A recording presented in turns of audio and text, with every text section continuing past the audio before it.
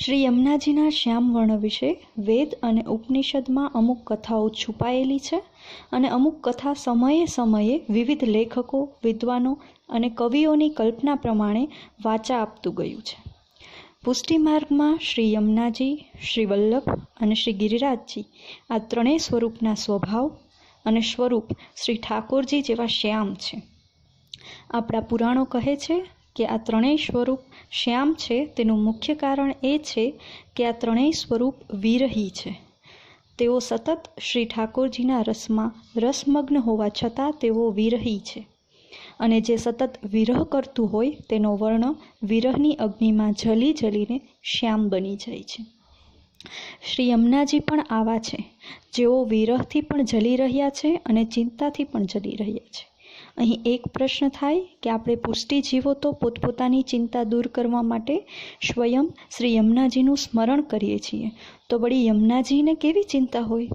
વળી આપણા માર્ગમાં ચિંતાને કોઈ પ્રાધાન્ય જ આપવામાં આવ્યું નથી અને વળી શ્રી યમુનાજી તો પ્રભુના સદા સંયોગી છે. તેમ છતાં શ્રી યમુનાજી વિરહી શા માટે છે?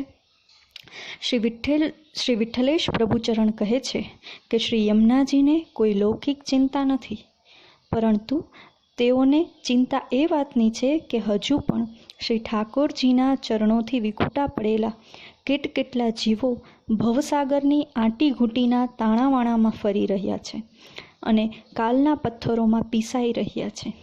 આ તમામ જીવો હજુ પણ તેમના સ્વસ્થાન એટલે કે શ્રી ઠાકોરજીના ચરણે પહોંચ્યા નથી. આથી શ્રી યમુનાજીને ચિંતા એ છે કે ક્યારે એ જીવો આ સર્વ પુષ્ટિ જીવોને શોધી અને તેમને શ્રી ઠાકોરજીની માલામાં પરોવશે. આથી આમ પુષ્ટિ જીવોની ચિંતા કરતા શ્રી યમુનાજી જલી રહ્યા હોવાથી તેઓ શ્યામ છે. બીજી કથા અનુસાર શ્રી શ્યામ સુંદર વારંવાર વ્રજરજમાં રમીને આવતા, તેથી માતા યશોદા તેઓને વારંવાર શ્રી યમુનાજીમાં સ્નાન કરાવતા.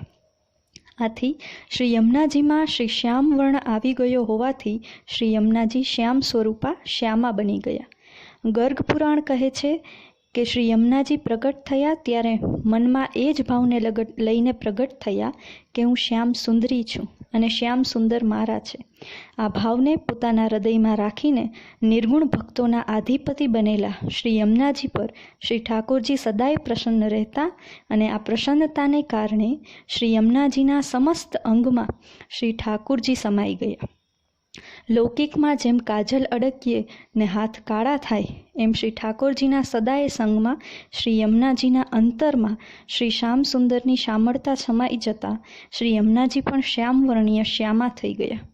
સખી જ શ્રી યમુનાજી શ્રી ઠાકોરજી સમાન શ્યામવર્ણી હોવાથી જ્યારે જ્યારે જીવ તેમના દર્શન કરે ત્યારે શ્રી યમુનાજી તે જીવોને પોતાના સ્વરૂપમાંથી શ્રી ઠાકોરજીનું સ્મરણ કરાવે. જય શ્રી શ્યામ સુંદર. શ્રી યમને મહારાણી કી જય હો. જય શ્રી